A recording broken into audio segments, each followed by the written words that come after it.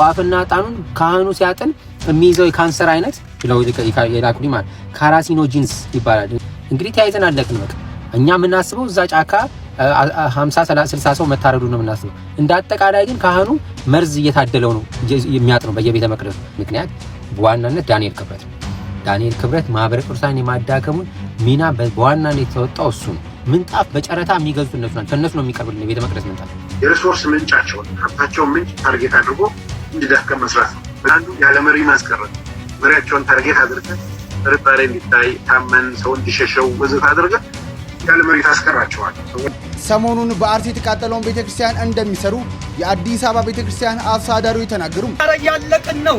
አረ ችግር ያለብን ስንሄድ ሌሊት እንደልባችን አንሄድም። ጠላት ወደ ላይ እየተጠጋን ነው።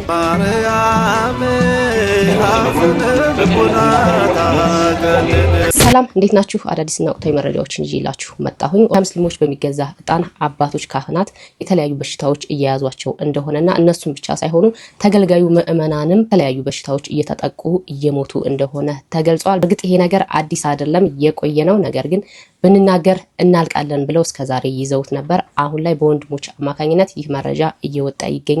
እሱን በሰፊው የምንመለከት ይሆናል። ገዳዮቻችን በድብቅ ሲወያዩበት ከነበሩት አጀንዳዎች መካከል ውስጥ አንደኛው ይሄ ነው። ሶርሶችን ማዳከም፣ ያለ መሪ ማስቀረት፣ ግራ መጋባት፣ የተለያዩ ሀሳቦችንም ሲወያዩ የነበረበት መረጃ ደርሶናል። እሱንም በዚህ ቪዲዮ በሰፊ የምንመለከት ይሆናል። አርሲ ግፍና ጭፍጨፋ የተረፉና የተፈናቀሉ ወገኖቻችን ሲደርስባቸው የነበረውን ግፍና መከራ እየተናገሩ ይገኛሉ። ለረዥም ዓመታት የመጽሐፍ መምህር የነበሩት ቆሞስ አባይ ሄይስን ከዚህ ዓለም ድካም አርፈዋል። እነዚህንና ሌሎችንም ቪዲዮዎች በሰፊ የምንመለከት ይሆናል። ለዚህ ቤት አዲስ ከሆናችሁ ቤቱን ሰብስክራይብ፣ ቪዲዮን ደግሞ ላይክ እና ሼር ማድረጋችሁን እንዳትረሱ። እግዚአብሔር የሚቀርበው ንዋያት ቅድሳት ከማን ነው የምንገዛው? እነማን ናቸው የሚያመርቱት? በምን አይነት መንገድ ነው የሚያመርቱት የሚለውን እናስቀድም። ሀገሪቱ ሙሉ ለሙሉ ማለት ይቻላል የንግዱ ተቋም የተያዘው በሙስሊሞች ነው። በሀገሪቱ ውስጥ ደግሞ በስልጣን ደረጃ በብዛት 90% ማለት ይቻላል ፕሮቴስታንቱና ሙስሊሙ ነው የያዘው። ስለዚህ በዚህ ደረጃ ነው ያለው። ግልጽ ነው፣ ምን የሚደበቅ ነገር ስላልሆነ ግልጽ እናወጣዋለን። ከተማ ላይ ያለውን አቅርቦት እንያዝ ቢሉ መያዝ ይችላሉ ነው ዋናነት የተናገርኩት። እንያዝ ቢሉ መያዝ ይችላሉ። እናቆመው ካሉ ያቆሙታል። ለምን? ብዙን ስለተያዙ ብዙን ፓርቲ ስለተያዙ በቃ ዛሬ አንሸጥም ካሉ ኪሳራቱ ነው የሚገባው። ህዝቡ ሲንጫጫ ነው የሚለው የሚያድረው ማለት። ስለዚህ እዚህን ያህል ደረጃ ደርሰዋል ለማለት ነው። ሌላው ምንድነው ቤተክርስቲያን ቅርሳትን በተመለከተ ነው። በቀጥታም በተዘዋዋሪ እጃቸው አለበት እዚህ ውስጥ። ይሄ በጣም ትልቅ ኪሳራ ነው።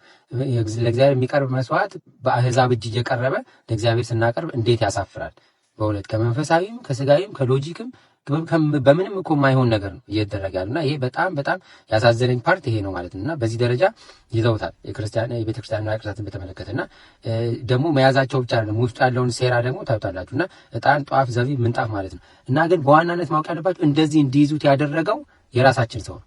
የቤተክርስቲያን ሽያጭና ግዢ ክፍሎች እዛ ውስጥ ያሉ ሰዎች ናቸው ይሄንን እድል የሰጧቸው። ለምን ሰጧቸው? የሚያቀርቡላቸው ኦፈር የሚያደርጓቸው የገንዘብ መጠን።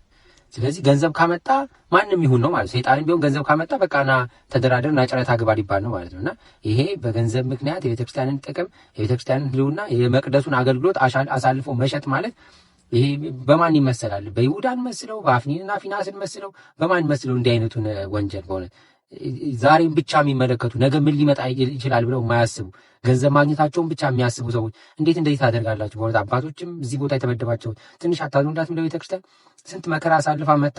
ዛሬ ደግሞ ስንት መከራ እያለባት ተጨማሪ እንዲህ አይነት ፈተና ትሆኑባታላችሁ። እባካችሁ ተዉ፣ በቃ አስተውሉ፣ ተዉ። እና ለእናንተም ነው ይሄ ሀሳብ። እና ምን ለማለት ነው አሁን በቤተክርስቲያን ውስጥ የሚገቡ እነዚህን ነገሮች እንዴት ነው አደጋ የሚፈጥሩት? በዋናነት ይሄን ነው በዚህ መልኩ የሚመረቱት። እንግዲህ አሁን እነዚህ ነገሮች መምጣታቸው ብቻ አይደለም ጉዳቱ፣ ደግሞ ከአሕዛብ እጅ ተቀብለን መገልገላችን ብቻ አይደለም። የምንቀበለው ዕቃ ኳሊቲው በጣም ችግር አለበት። ምንድነው መሰላችሁ? በጣም በዝርዝር ነው ያስረዱኝ።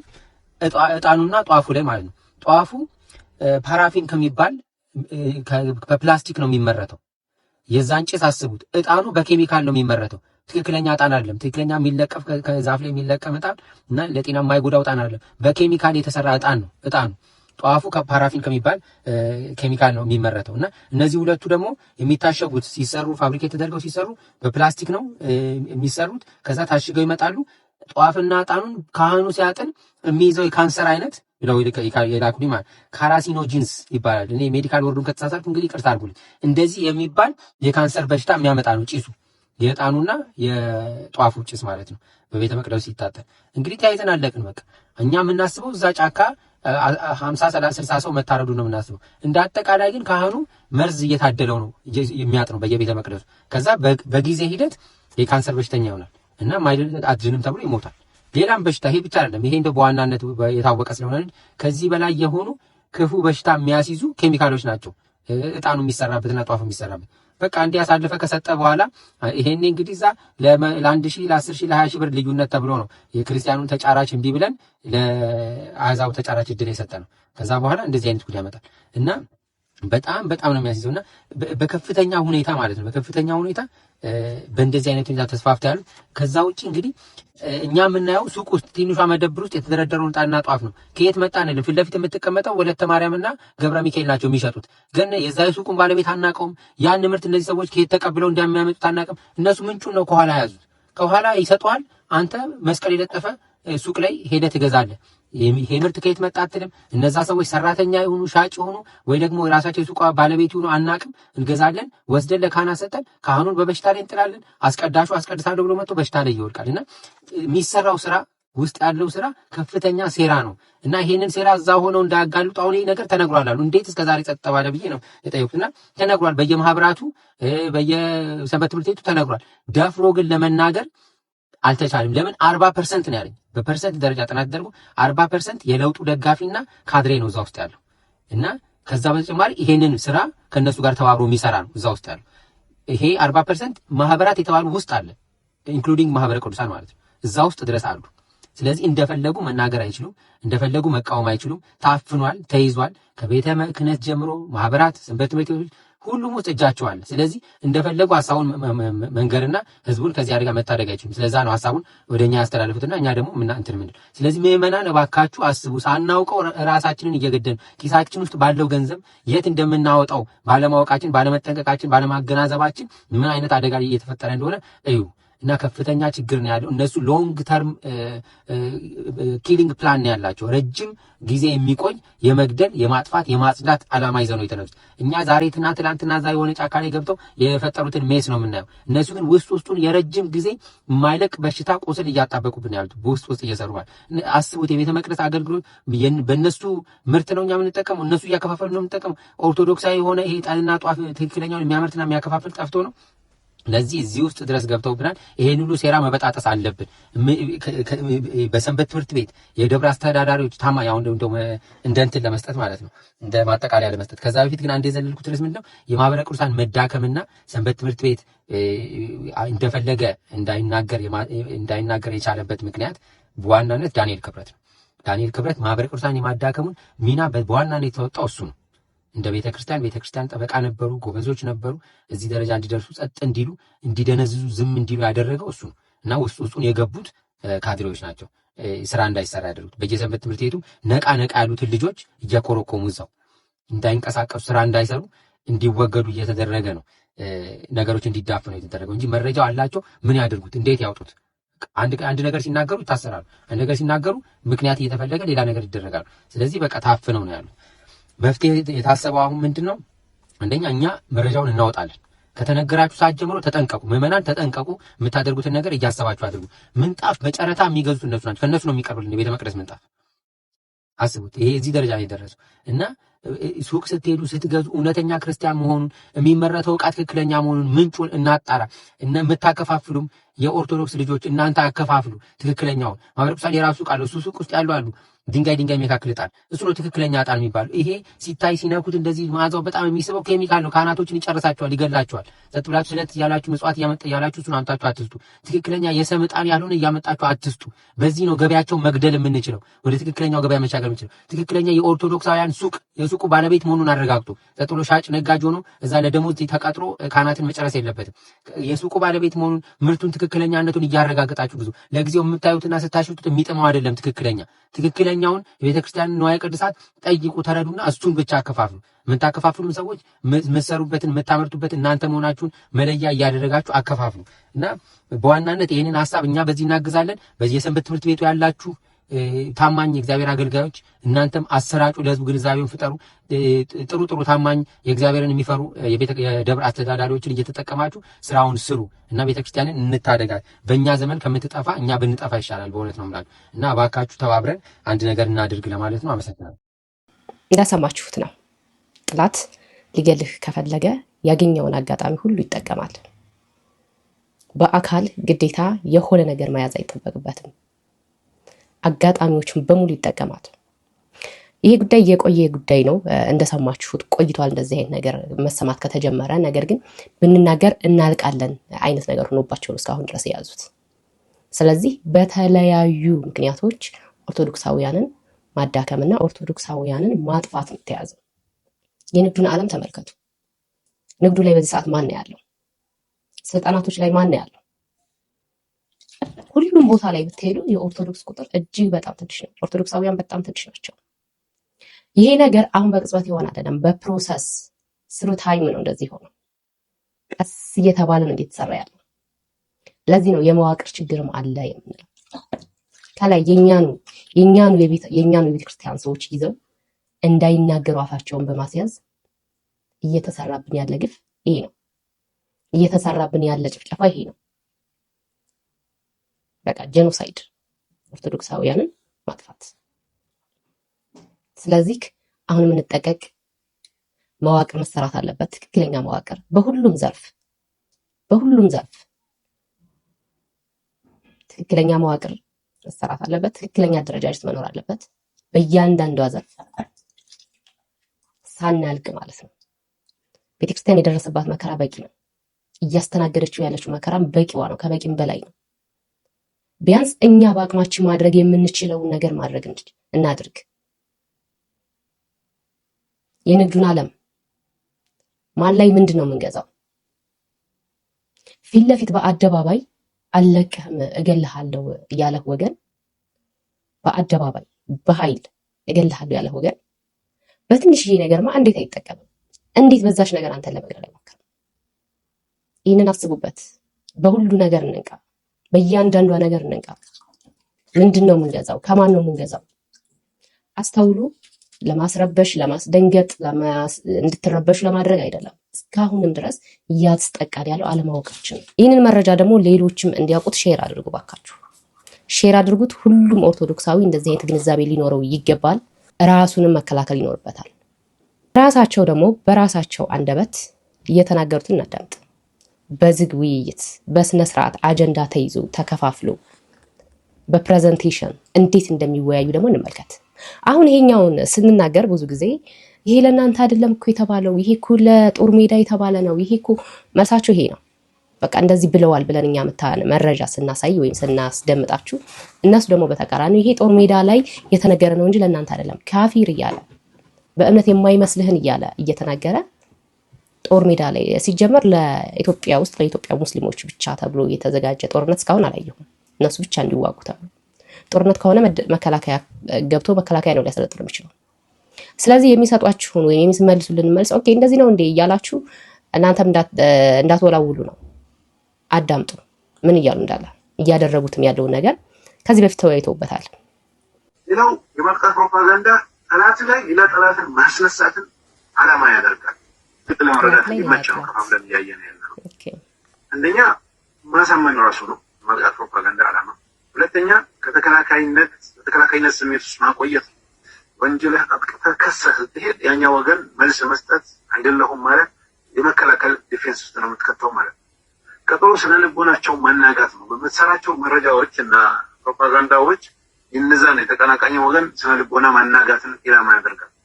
ቀጥሎ በሽኩቻ መጥመድ ነው። እርስ በርስ ከፋፍለህ ጊዜ አድርገህ በተሰራባቸው ፕሮፓጋንዳ መሰረት እየተወዛገቡ ከዛው እንዳይወጡ ማድረግ ማለት ነው። ሌላው የሪሶርስ ምንጫቸውን ማስደረግ ነው። ምክንያቱም ተቀናቃኝ ላይ ነው ጥቃት እየተፈጸመ ያለው። ጥቃቱ አካባቢ ሳይሆን ፕሮፓጋንዳ ነው። እዚህ ሰዓት ላይ አንዱ ፓወርፉል እንዲሆኑ የሚያገዛቸው ሪሶርስ ነው። ሀብታቸው ያላቸውን ሀብት ማስደረግ ካልቻሉ ተመልሰው ፓወርፉል ይሆናሉ ከሚል መነሻ ነው የመጣው። ስለዚህ የሶርስ ምንጫቸውን ሀብታቸውን ምንጭ ታርጌት አድርጎ እንዲዳከም መስራት ነው በሚዲያ ነው። ሌላው ከትግል ሜዳ ማስወጣት ነው። ትግል ሜዳ የሆነው ኢንፍሉዌንስ እያደረገን ያለን አካል በሚሰራ ፕሮፓጋንዳ ከትግል ሜዳ ማስወጣት አለ። ቀጥሎ ያለው ተቀናቃኝ ላይ የመጣ ፕሮፓጋንዳ አንዱ ያለ መሪ ማስቀረት፣ መሪያቸውን ታርጌት አድርገህ ጥርጣሬ እንዲታይ እንዳይታመን ሰው እንዲሸሸው ወዘተ አድርገህ ያለ መሪ ታስቀራቸዋል። ሰዎች ከራጉ ከተበተኑ ከተጠራጠሩ እናገባኝ ካሉ ሲፈላጠራሉ ምናምን ሲሉ ፕራክቲካሊ በዛም ሰዓት ወይም በአጠቃላይ ያለ መሪ መቅረት ይፈጠራል ማለት ነው። ይህም ብቻ አይደለም፣ መበተን የሚባለው ማለት መበታተን በሚሰራው ፕሮፓጋንዳ መበታተን። ሌላኛው ተባባሪ ማለት ነው። ጠላት ነው ጥቃት ነው ምናምን አይደለም። ጥቃቱን ስትፈጽመው አንደኛ እንዳይታመን አድርገኸው ከሆነ አካል ነው የምታርቀው የምታጠቃው። ከዛ በኋላ ግን ወደ ራስህ ማምጣት ቀጥሏል። ተባባሪ ማድረግ፣ ያንተ ወገን ማድረግ። ይህም ብቻ ሳይሆን የማጥቃት ፕሮፓጋንዳ ማሳሳትንም ዓላማ ያደርጋል። ጠላት አንተን ሊያጠቃ ዝግጅት ያለ። ስለዚህ በምትሰራው ፕሮፓጋንዳ የተሳሳተ ግምት፣ የተሳሳተ አቋም፣ የተሳሳተ አካሄድ ውስጥ ከገባ አንተ ላይ የሚደርሰው ቡርደን፣ ጫና፣ ጥቃት ይቀንሳል የሚል መነሻ የማሳሳት ባህሪንም ይዟል ማለት ነው። ሌላው የመጣ በኋላ ግን ወደ ራስህ ማምጣት ቀጥሏል። ተባባሪ ማድረግ፣ ያንተ ወገን ማድረግ። ይህም ብቻ ሳይሆን የማጥቃት ፕሮፓጋንዳ ማሳሳትንም ዓላማ ያደርጋል። ጠላት አንተን ሊያጠቃ ዝግጅት ያለ። ስለዚህ በምትሰራው ፕሮፓጋንዳ የተሳሳተ ግምት፣ የተሳሳተ አቋም፣ የተሳሳተ አካሄድ ውስጥ ከገባ አንተ ላይ የሚደርሰው ቡርደን፣ ጫና፣ ጥቃት ይቀንሳል የሚል መነሻ የማሳሳት ባህሪንም ይዟል ማለት ነው። ሌላው የማጥቃት ፕሮፓጋንዳ ጠላት ላይ ሌላ ጠላትን ማስነሳትን ዓላማ ያደርጋል። ጠላት ላይ ማለት ነው። ሌላኛው የማጥቃት ፕሮፓጋንዳ ዓላማ እጅ ማሰጠት ነው። እጅ ማሰጠት በተለያየ መልኩ ስታጠቀው ስለልቦና ጦርነት እንዳየ ነው። በሚሰሩ ስራዎች ምክንያት ይሄ ነገር አያዋጣም፣ ይሄ ነገር ዋጋ ያስከፍላል፣ ይሄ ነገር አንደቀልኝ፣ ይሄ ነገር እያለ እንዲቆምና እጅ ሰጥቶ እንዲቆም ማድረግ ነው። በዚህ መልኩ የሚሰሩ የማጥቃት ፕሮፓጋንዳ ዓላማዎች ናቸው ማለት ነው። ተቃራኒ ወገን ላይ እንደገና የማጥቃት ፕሮፓጋንዳ ከሚሰራባቸው ዓላማዎች ማለት የተወሰኑትን አለ። አንደኛ ወጥመድ ውስጥ መክተት ነው። የሆነ ትራፕ ውስጥ መክተት ነው የማጥቃት ፕሮፓጋንዳ ዓላማ። ሁለተኛ ማዋረድ ነው። ሂሚሌት አድርገህ አርፎ እንዲቀመጥ በሰው ውስጥ ያለው ኢሜጁ ተቀባይነት ወርዶ አዲሱ የተዋረደውና ዝቅተኛው ቦታ እንዲይዝ ማለት ነው። ፍርሃትን መፍጠር ነው። ጥርጣሬ መዝራት፣ መቆጣጠር፣ ማረክ፣ ማሳመን ነው። ማሳሳትም አለ። ቀደም እንዳየነው ማታለል አለ። አፍ ማዘጋት፣ ተስፋ ማስቆረጥ፣ ማንገት፣ በጣም ማስለወጥ፣ አንድነታቸውን መበታተን፣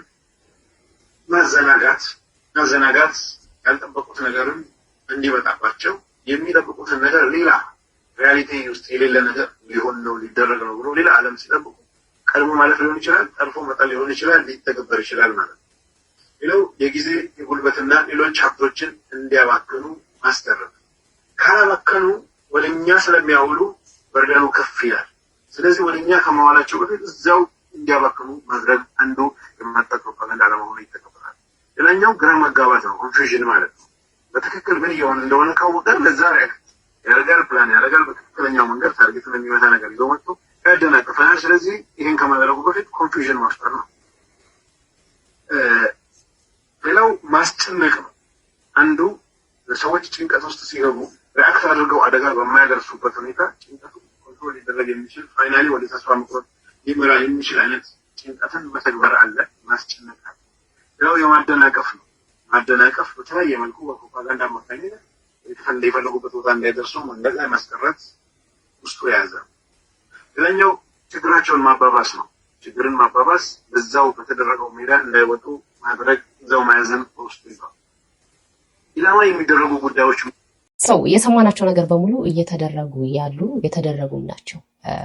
ሰው ምን እየሆነ እንዳለ ከዚህ በፊት የተወያዩት ነገር አሁን ላይ ደግሞ ፍሬ አፍርቶ በእግሩ እየሄደ እየታየ ነው፣ እኛ ላይ ማለት ነው። እንደነገርኳችሁ ኧረ ይሄ ለጦር ሜዳ ነው ምናምን ነው የሚሉት ብዙ ጊዜ መልስ የሚሰጡት እንደዛ ስለሆነ ማለት ነው። እንደዚህ ስንል ሁሉንም ሙስሊሞችም አይደለም ትኩረት ማድረግ ያለብን፣ ሰላማዊ የሆኑ ሙስሊሞች አሉ።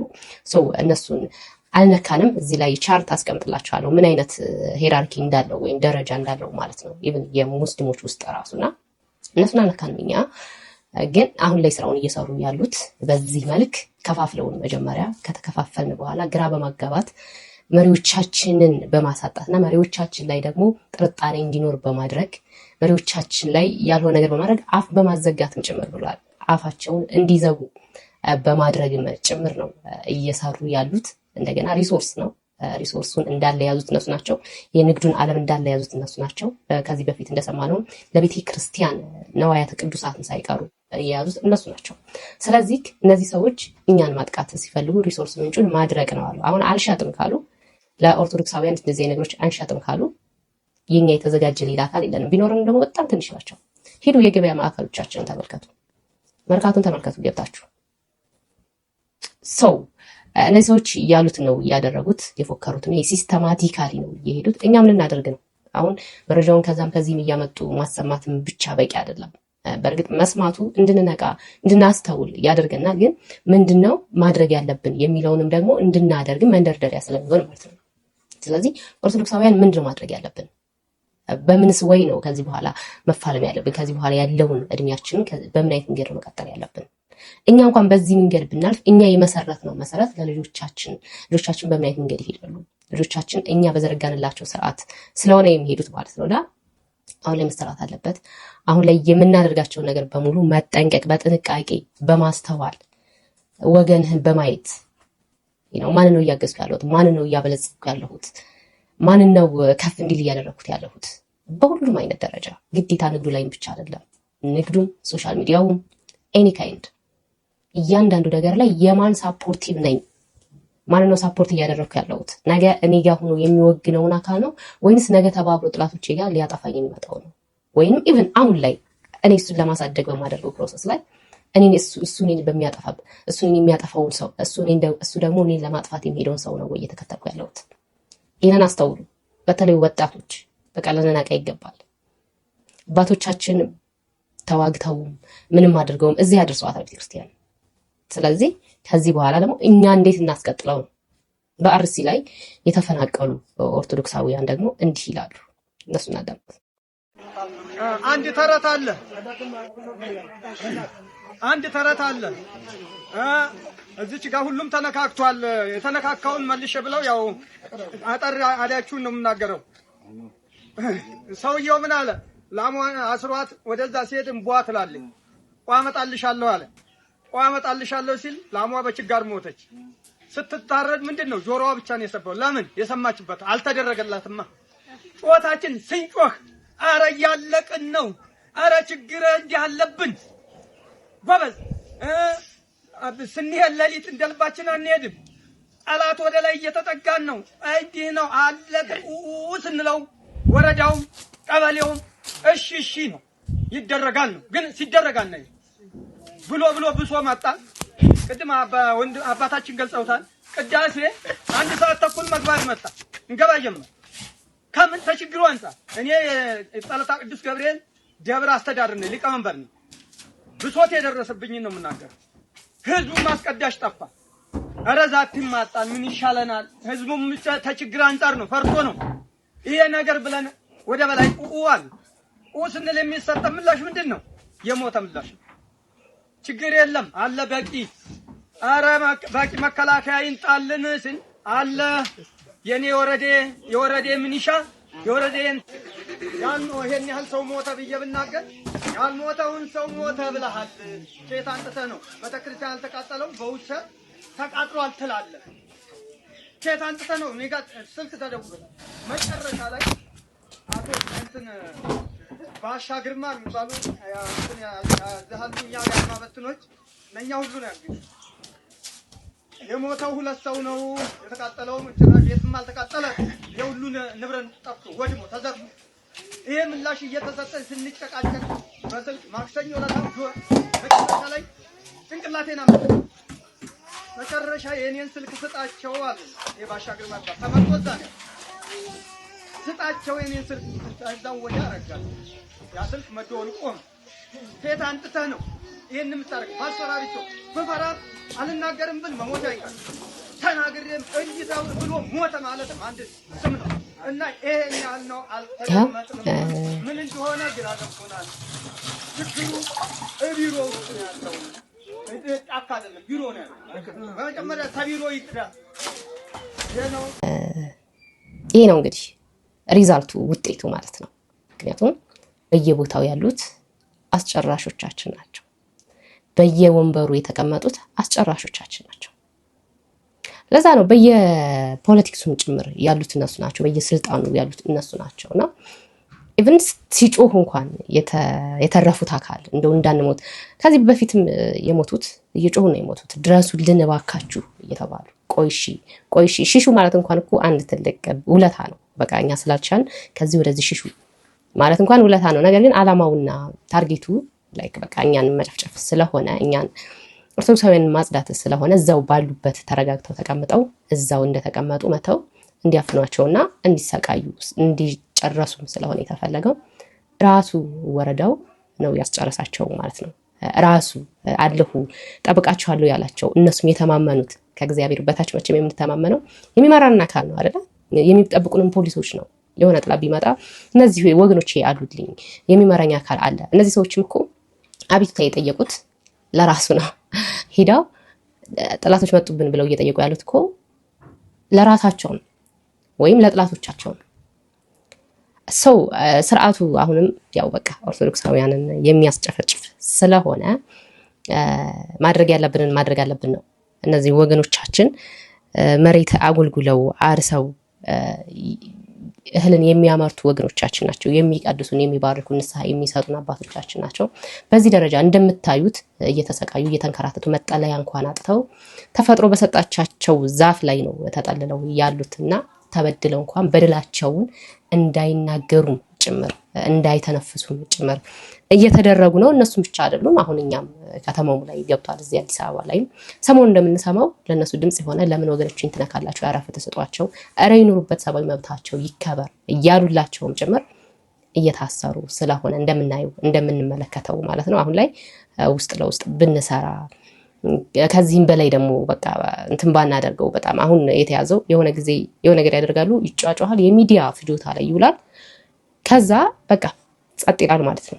ከዛ ደግሞ ይነሳሉ ላይክ ቅድም ስብሰባቸው ወይም ውይይታቸው ላይ ያደረጉት። አሁን ውይይቱን በደንብ አዳምጣችሁት ከሆነ እሱ ነው እየተደረገ ያለው። በደንብ የተወያዩት ነገር አሁን ላይ አንድም የቀረች ነገር የለም። ከዘረዘሩት ነገር ውስጥ እኛ ላይ ያልተፈጸመ ምንም ነገር የለም። የዘረዘሯት አንድ በአንድ እኛ ላይ ተፈጽማለች። አንድ በአንድ እኛንን ቤተ ሙከራ ይሆን ነው ማለት ነውና ወደ ሶሉሽኑ ወደ መፍትሄው መምጣቱና ስራዎቻችንን ስራ በውስጥ መጨረስ ያለብን ነገር እንጨርስ። መረጃዎቻችንን ሼር እንደራረግ።